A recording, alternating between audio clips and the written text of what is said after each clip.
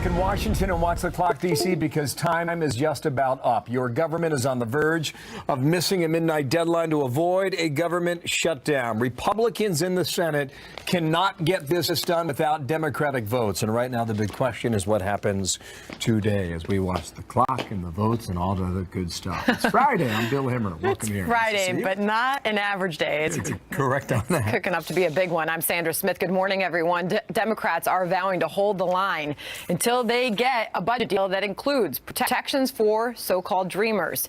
But a temporary bill passed last night in the House does not include that, setting up a potential showdown when the Senate opens for business just 2 hours from now. Meanwhile, both sides taking shots at one another, pointing the fingers, and it went like this.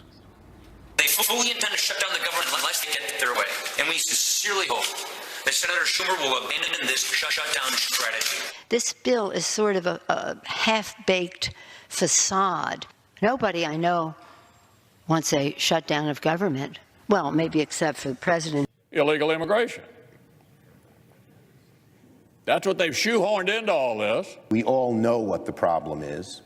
It's complete disarray on the Republican side. Our Republican leader has said that he will not negotiate until he knows where President Trump stands. The Democrats want to see a shutdown to get off this subject because this subject is not working for them. The tax cuts and tax reform has not been working well for the Democrats. So then, Fox coverage starts us off this hour. Kevin Cork from the White House, Guy Benson standing by with analysis in D.C. But we start on Capitol Hill with Peter Doocy live. And do we know of any progress in the Senate as of this hour, Peter?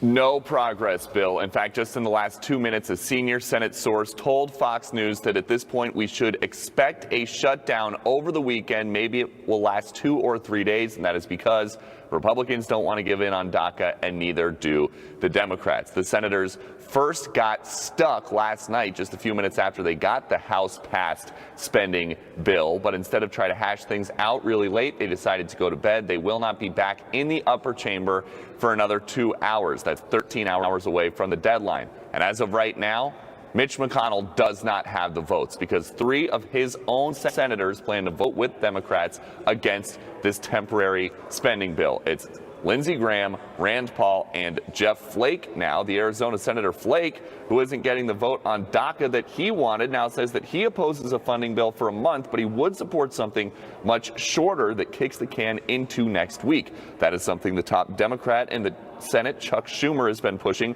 a 4 or 5 day long CR. And that's even though Democrats have been demanding a deal for the Dreamers in exchange for any votes. There is no promise and no likelihood that another kicking of the can down the road will get something done. We have to sit down together and solve this, with the president or without. Until that happens, no amount of CRs will get this done. If they do start making progress in the Senate and they follow their own rules about timing, there may not be a vote on this bill to fund the government until after the government runs out of money. Okay, now, how worried are Republican leaders about a shutdown? What are they telling you, Peter?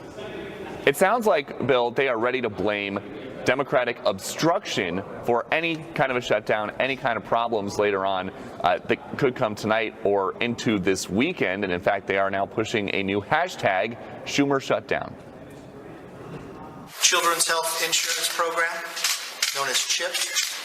We just extended it for 6 years, the longest it's ever been extended in the history of the program. But unfortunately, 186 Democrats said no to that. There was nothing in this bill that they would disagree with it at any other time. But it all hinges now on the Democrats of whether this government stays open or not. The way House Republicans that I've spoken to see things, this is just another bill that they passed out of the House that is stalled in the Senate. Again, Bill. There we are now. Peter Doocy, thank you so much. We will be back with you often. Thank you, Peter. Sandra. Meanwhile, President Trump already up and tweeting this morning as this shutdown hangs in the balance. Kevin Cork is live for us from the White House this morning. Good morning, Kevin. And good morning. You know, it would be the usual fare here in Washington, right, Sandra? Never bypass an opportunity born out of an emergency. What the White House is saying, listen, the hard work between now and midnight should pay off. They expect something to happen. In fact, we're told the president won't make his way to Mar-a-Lago as planned until a CR, a continuing resolution, does somehow make its way over the finish line.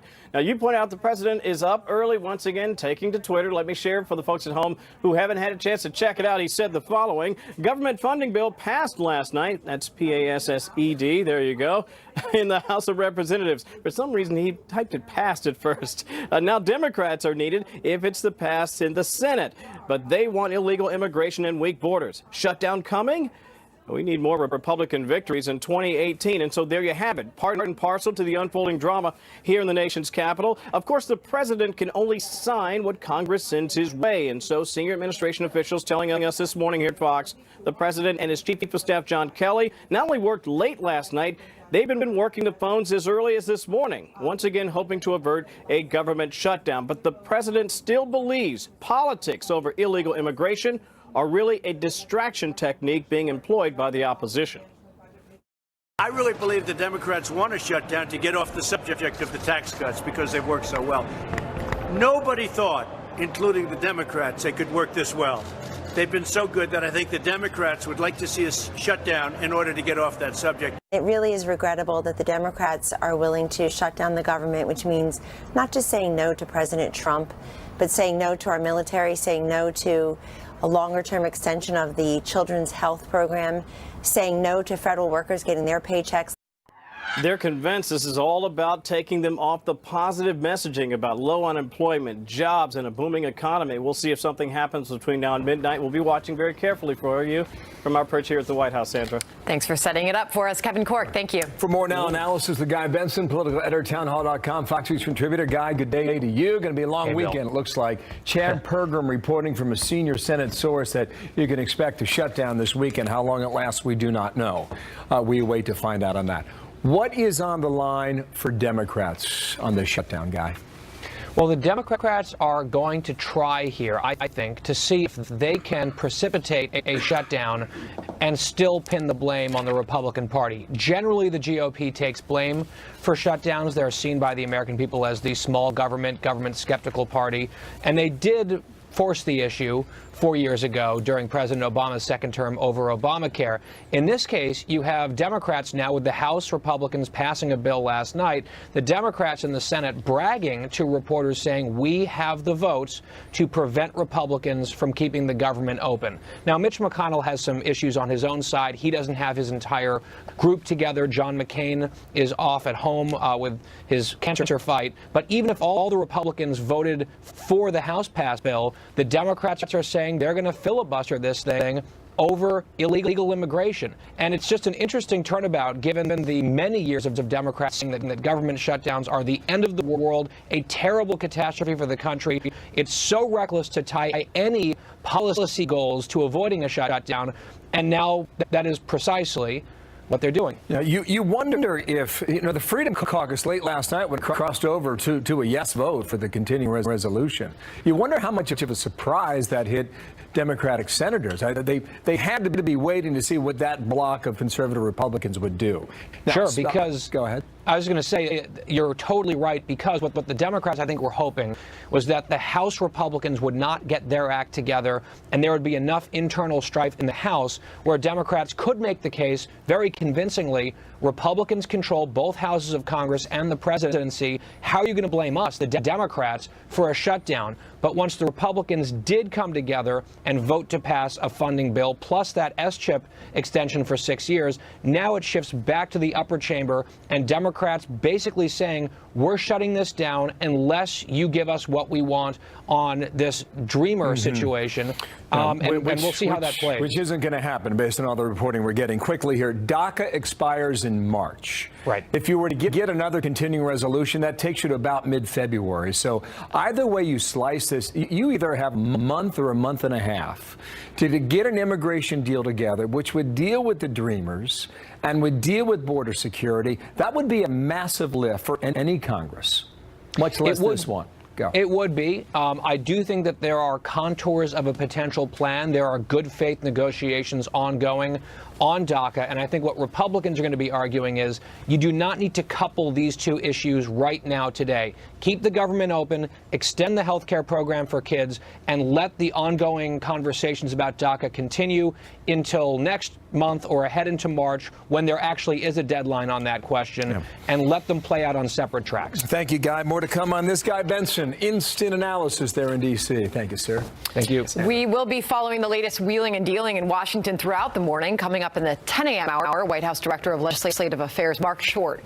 gives us his take on the likelihood of a deal as we approach the shutdown deadline, and of course the White House's take on if there is a shutdown, how long does it last? Who gets the blame? And we've been here before, so hang on. The terms are different this time around. Meanwhile, though, when we get to this right now, going to be a nail biter in the Senate when it comes time for a vote. And one of these deciding factors could be the Vice President, Mike Pence. He was getting ready to the Middle East about a month ago. That trip was suspended because of the tax bill vote. Could this trip, now scheduled, be delayed yet again? We'll check in on that. Plus, there is this today. This memo must become public, that it alarms us greatly. Major changes in people currently working at the FBI and Department of Justice. 4 Republican lawmakers demanding that a memo regarding surveillance of the Trump campaign be released to the public immediately. That congressman will be here live. Plus this. The Democrats are all running for office and they're trying to say this, that, but bottom line, they all say there's no collusion. And there is no collusion. Well, President Trump repeatedly has said that regarding Russia. Special counsel Robert Mueller not finished with his investigation, however, and Ken Starr knows all about this. He spent years as special counsel. His investigation started with a land deal in Arkansas and ended with the Monica Lewinsky scandal. Ken Starr is here live in a moment to tell us where this investigation goes next. I can only say this, there was absolutely no collusion. Everybody knows it. Is it possible that all of these events and reports are completely unrelated? Yes, it is possible. Adam Schiff, he found collusion before we even started. So I'm not sure how you do that, but he did it. I have seen no evidence of collusion between the president and the Russians, the president's campaign and the Russians. A little bit of reaction for the past year, really. President Trump repeatedly saying no collusion with Russia, but special counsel investigations, they can lead to places no one expects. And someone who knows that all too well is the former special counsel Ken Starr, who led the investigation on all matters Bill Clinton some 20 years ago. Sir, thank you for your time. It's good to have you here. Oh, my pleasure, brother. On America's Newsroom. I want to get to the question about whether or not President Trump should sit down with Mueller's team and answer questions. But as we do that, take us back 20 years. Did Bill Clinton, was he compelled to sit down and answer questions from your team? Because ultimately, that's what led to his impeachment in the House. How did that go? No, he was not compelled to. The grand jury has the power to subpoena, but we negotiated with the president's lawyers and worked out the arrangements, including the fact that the grand jury interview would not be in the federal courthouse, but actually would be in the map room of the White House, out of respect for the presidency.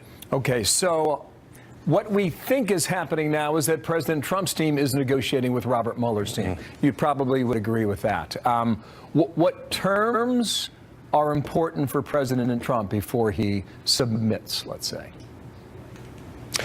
Limiting the scope of the questioning. There have been indications that there is interest in the investigation. I don't know.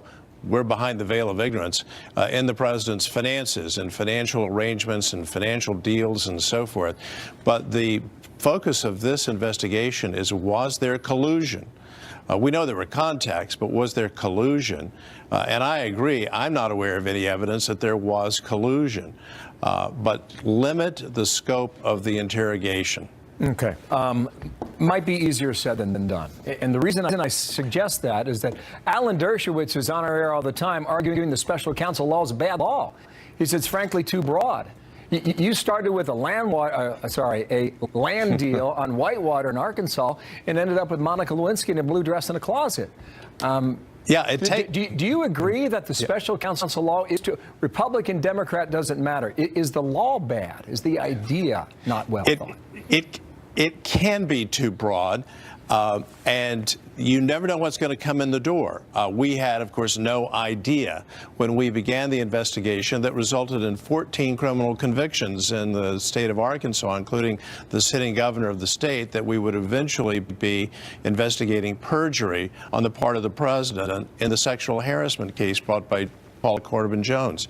So you don't know what's going to come in the door. I agree with Alan that there are concerns about it, but the country has always had some mechanism for investigating the president and those close to him to get it outside the regular ambit of the Justice Department. Do you know Ty Cobb, the president's personal attorney? Have you ever met him? I've met him. Okay. Yeah, I've met him. I have great respect for him, but I've not dealt with him professionally. Here he is this week with Major Garrett from CBS News talking about this very topic. Just catch the last phrase that he uses in this clip here.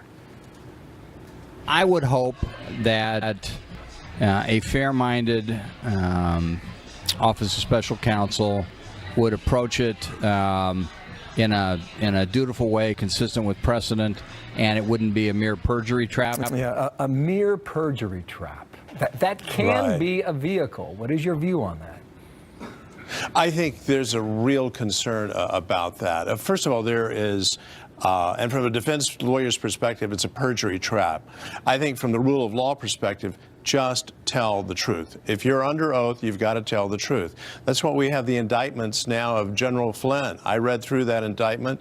The indictment is a little odd, to be honest, because the general was conducting, Mike Flynn, was conducting foreign policy in preparation for the camp. But paragraph 5 of that nails him on failure to register. That had nothing to do with collusion. It had everything to do with Turkey, the government of Turkey, and so on and so forth. That goes back to the whole argument about the law being too broad with the special counsel and the parameters by which you or others work.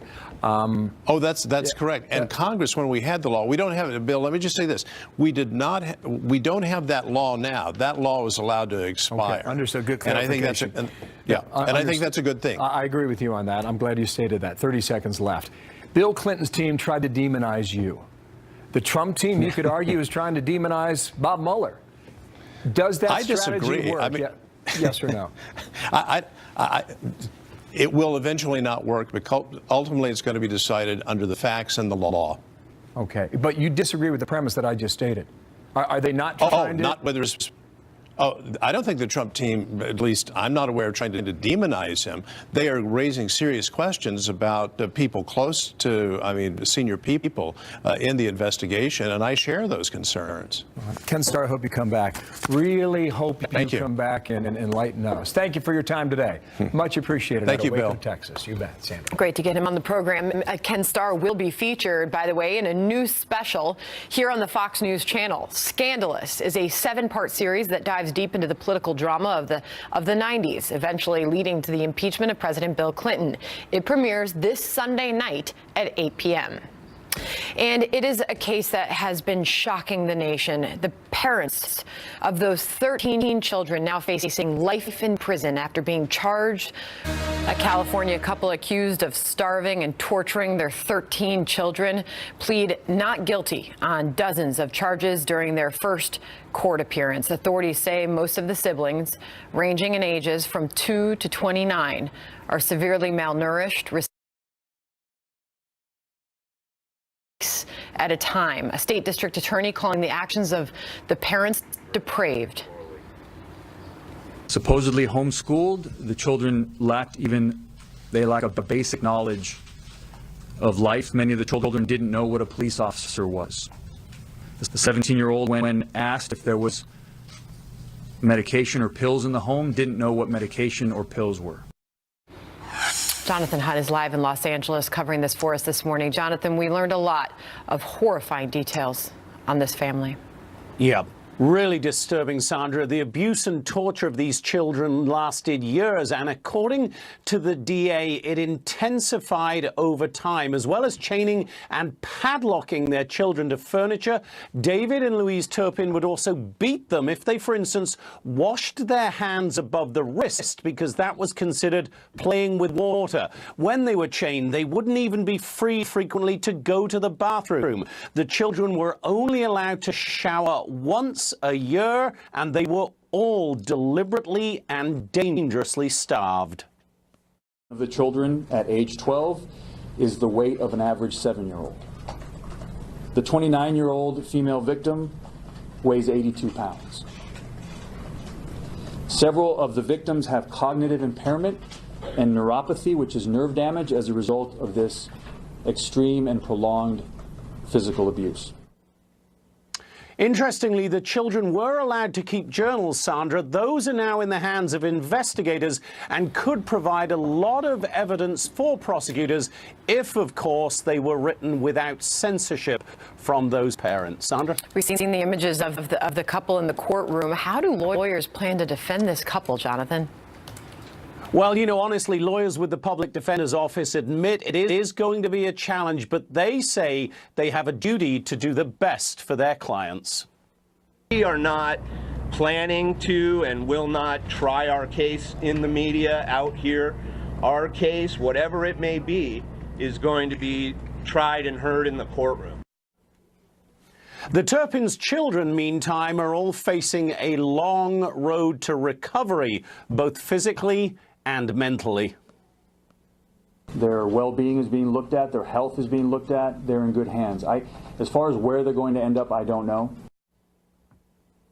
David and Louise Turpin are being held on $12 million bail each. They're due back in court February 23rd. If convicted, Sandra, they could both face life behind bars. Sandra? Our prayers with those children. Jonathan, thank you. Yeah. 28 past the hour now. Watch this. D.C. on the brink. The word from Washington, expect a shutdown this weekend. The Senate gets to work 90 minutes from now with only hours to get a deal done. We will watch that. And we're watching the running of the Bulls. Wow. Wall Street about to open in minutes, and the good news and jobs keep the record run going. We will find out in moments. So at 9:31, can the Bulls be stopped? Huh? What do you think? What a week on Wall Street. 26,000 for the Dow. And President Trump reflecting on the strength of the economy when he was in Pennsylvania late yesterday afternoon. Check it out. We have created nearly 2.2 million jobs since the election. The unemployment rate is at now an 18-year low. I would say 17 years, and now it just lifted to 18 years. The number of Americans applying for unemployment benefits just hit a 45-year low. This is the kind of headlines you want to sell to the public repeatedly. On and on and on it goes. What stops the Bulls? On and on it goes. The Bulls keep running. 23-point gain right now. But, I mean, look at that. It's just so comfortable now above that new 1,000-point milestone, 26,000.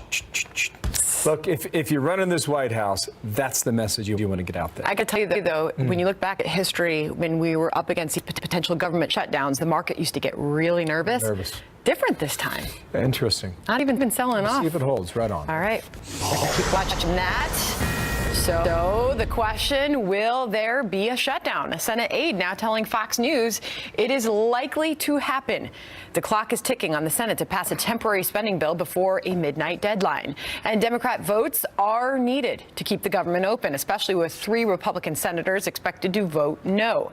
Juan Williams is a Fox News political analyst and author of the book We the People, and Matt Schlapp is a former White House political director and chairman of the American Conservative Union. So, Matt, you just heard the guidance to expect a shutdown over the weekend. This is sources telling Fox News. We don't know exactly how long that will last. Right. The guidance is 2, maybe 3 days. So will we see a shutdown, Matt?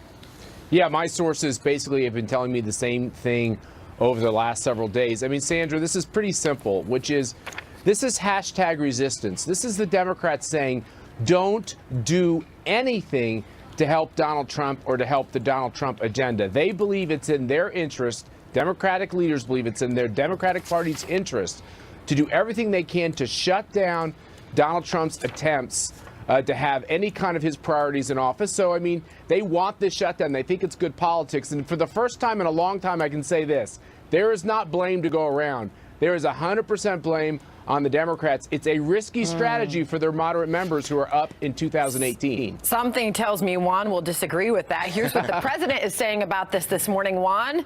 Tweeting, quote, government funding bill passed last night in the House of Representatives. Now Democrats are needed if it is to pass in the Senate. But they want illegal immigration and weak borders. Shutdown coming. We need more Republican victories in 2018. What is the strategy for Democrats here, Juan? Well, I think the strategy for the Democrats is simply to say that they have wanted some kind of deal for the dreamers, the DACA, the young people who were brought here illegally by their parents. They've given 2 extensions. We had 2 continuing resolutions in December. And I think you mentioned, Sandra, that people like Lindsey Graham, a Republican senator, refusing to vote for it because it's basically just kicking the can down the road one more time. The House vote that took place yesterday was based on the president personally negotiating with some in the Conservative Freedom Caucus. But, you know, even the president was flip-flopping on whether or not the children's health insurance plan should be included. He said it was separate. Then he went back and said, no, go ahead and vote. So I think Republicans are having a lot of fussing going on here and can't pass this bill on their own. That's not the way Speaker Paul Ryan sees it. Matt Schlapp, right. he just tweeted this. Senate Democrats are very clear. They want a government shutdown as leverage. That's right. They are taking funding for the government as funding for our troops hostage. This is their strategy. They are open about that. He also said this. In 2013, Senator Schumer said this very tactic represents governmental chaos. And yet now he's actively orchestrating a shutdown. He started a new hashtag, by the way, hashtag Schumer shutdown. Matt? Yeah, well, this is very clear. Basically, the Democrats are exactly doing what they always blame Republicans are doing, which is holding the federal government budget process hostage to their own, what they would call extreme political views. So think about this.